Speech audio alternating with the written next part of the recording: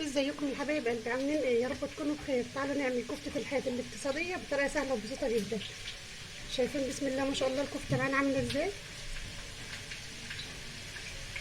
بص الله اكبر.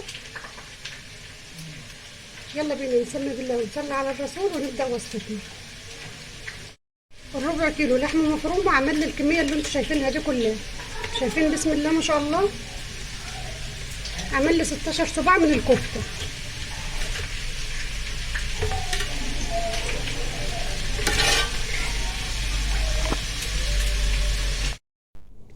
اول حاجه هسمي بالله وهبدا. معايا هنا ربع كيلو من اللحمه المفرومه. لو عندك ليا ضاني هتبشر عليها حته ليا بمقدار معلقه كبيره. ما عندكيش ليا ضاني يبقى وانت بتفرم اللحمه بتاعتك هتقولي للجزار افرم لي عليها حته من البوش. والبوش ده اللي ما يعرفوش ده بتبقى دهون من الفخده، بتخلي الكفته طريه وجميله. معايا هنا بطاطسايه حجمها متوسط، هبشرها بالمبشره.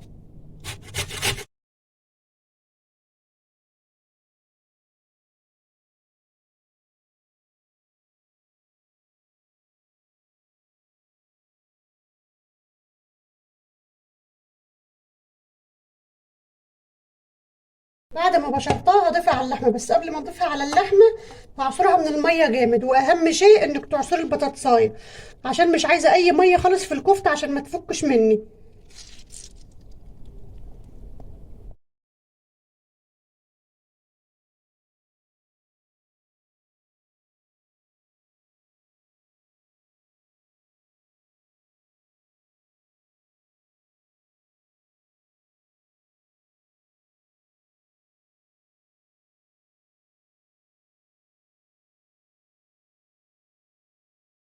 ومعايا هنا بصلايه كبيره برضو مبشوره بالمبشره، هعصرها برضو من الميه.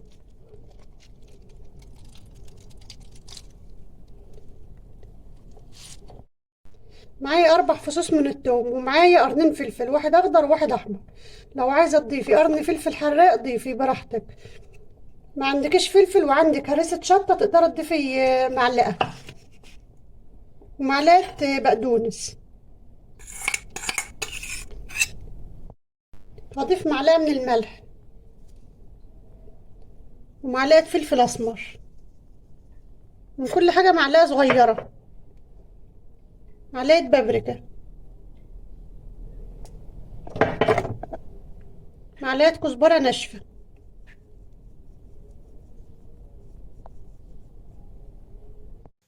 هحط معلقه من النشا، مش عايزه النشا تقدر تضيفي معلقه كبيره من الدقيق. هضيف نص معلقه من البيكنج باودر، بتخلي الكفته هشه وجميله. ازيكم يا حبايب قلبي، عاملين ايه؟ يا رب تكونوا بخير. تعالوا نعمل كفته الحياه الاقتصاديه بطريقه سهله وبسيطه جدا. شايفين بسم الله ما شاء الله الكفته معانا عامله ازاي؟ بص الله اكبر. يلا بينا نسمي بالله ونصلي على الرسول ونبدا وصفتنا. وهضيف معلقه كبيره من توابل الكفته دي.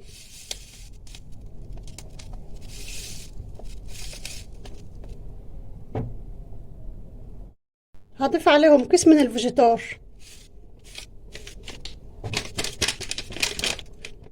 ولو ما عندكش فيجيتار تقدر تضيفي 4 معالق كبار من البقسماط الناعم. هقلب بقى الحاجات كلها مع بعضها بالشكل ده كده.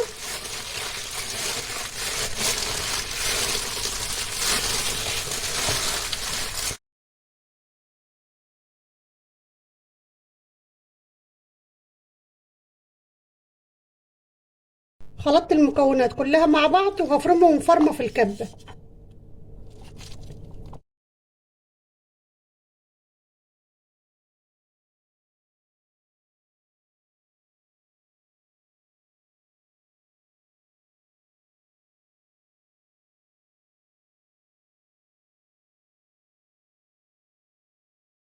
وادي اللحمه بعد ما فرمتها، شايفين بسم الله ما شاء الله بقى نص كيلو من اللحمه معايا اهو، بعد الاضافات اللي احنا حطيناها لها. تبقى بالشكل ده كده معايا اهي. الانسجه اللي فيها دي هي اللي بتبقى ماسكه الكفته وبتخليها ما تفكش. الشكل ده كده اهو. جبت كيس بقى وفتحته بالشكل ده كده، كيس لبن نضيف. ودهنته دهنه من الزيت بالشكل ده كده.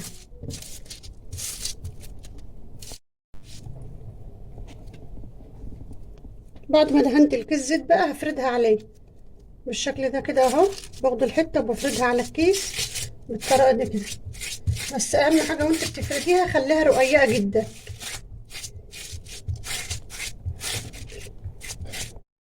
عشان ما تبقاش تخينة معاكي.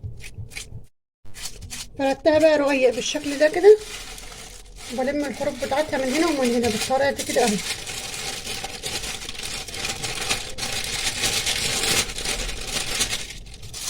وبلف كده.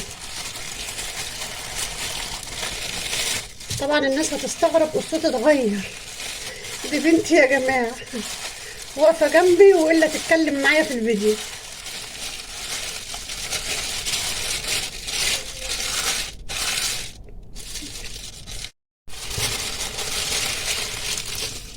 اهو بلفها بالشكل ده كده اهو.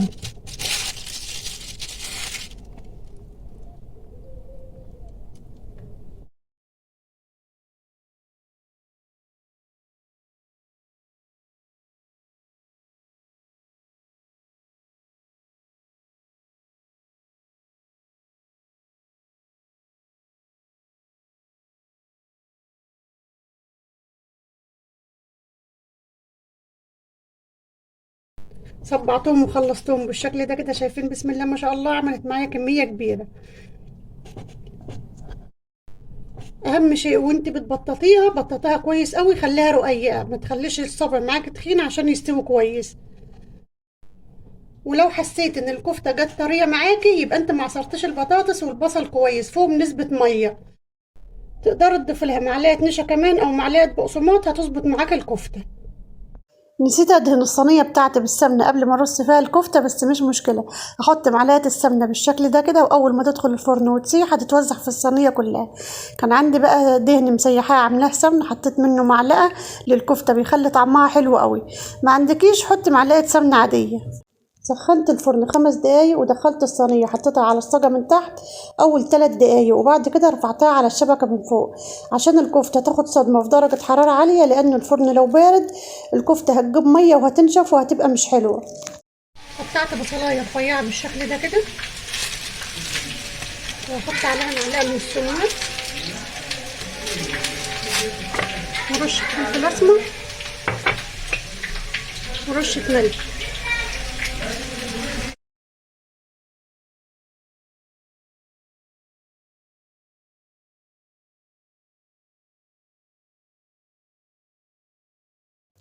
فرمت عليهم شوية من البقدونس وأدعكم بالملح والفلفل والسماق بالشكل ده كده، وبطلع لهم الكفتة. البصل ده بيتاكل مع الكفتة بيبقى طعمه حلو قوي.